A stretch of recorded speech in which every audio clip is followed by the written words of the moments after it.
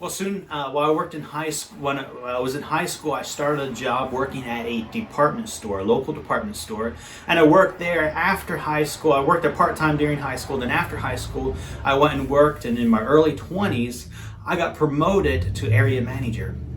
Shortly after I got promoted to area manager, my second cousin also worked here at this department store, and we decided we had this brilliant idea, which we later found out and later learned it was not very brilliant.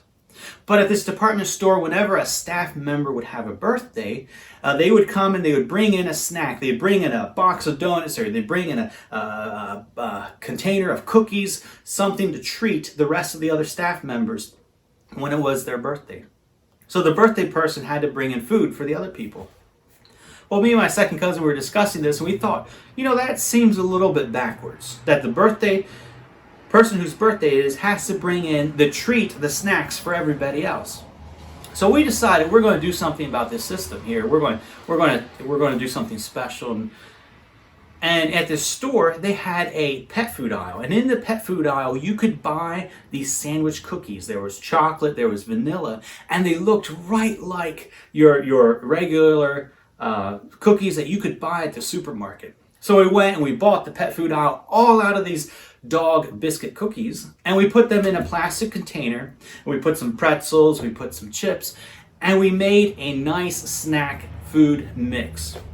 Well, on April 1st, my second cousin carried this container into the lunchroom and set it down and wrote on there, "Treat, help yourself." And all throughout the day, the other staff members are coming and taking a handful of snacks out of this plastic container and eating these cookies. And we're watching as some people, they take a bite of this cookie and you could tell that it wasn't what they expected. It wasn't sweet as they expected. But the amazing part is, out of that whole big plastic container, towards the middle of the afternoon, there was almost no dog biscuits. There was almost no dog food left. And we became embarrassed and became surprised that the people kept eating it, even though it tasted a little bit strange. Well, towards the end of the day, we became a little bit embarrassed and a little bit ashamed to having to fool the other staff like that. And at the end of the day, we took the packaging. My second cousin took it and wrote a note saying, "Yeah, what you ate was dog food." Well, that didn't go over so well, especially with management, and my uncle was a manager. And the very next day, he called us into his office. And he said, "What you did was not very honorable." And gave us a one-on-one lecture about how we failed. And in that business that we were at, we were given 3 strikes before we're fired, before we're out. Well, that day, the day after we did this dog food biscuit lunchroom scenario, we got our first strike. And I learned an important lesson that day, a lesson that I'll remember the rest of my life.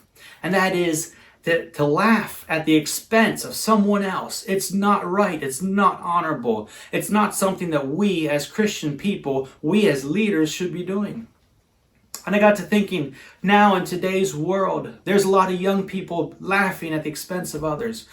The number one videos that are trending on YouTube are prank videos of how you walk past a random person and you push them into the water.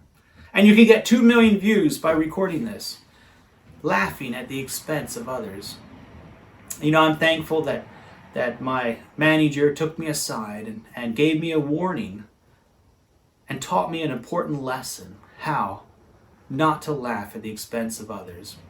And me and my second cousin, and for restitution, we felt so sorry. We apologized to all the other staff. We wrote an apology letter, signed it. And then we went to the local grocery store. We bought, I think it was 4 dozen donuts. And we treated all the employees to a nice big cream-filled donut. A genuine, non-dog food, but human food. So thank you. Thank you for those who have taught me and have invested in my life, teaching me the important lessons of life. God bless.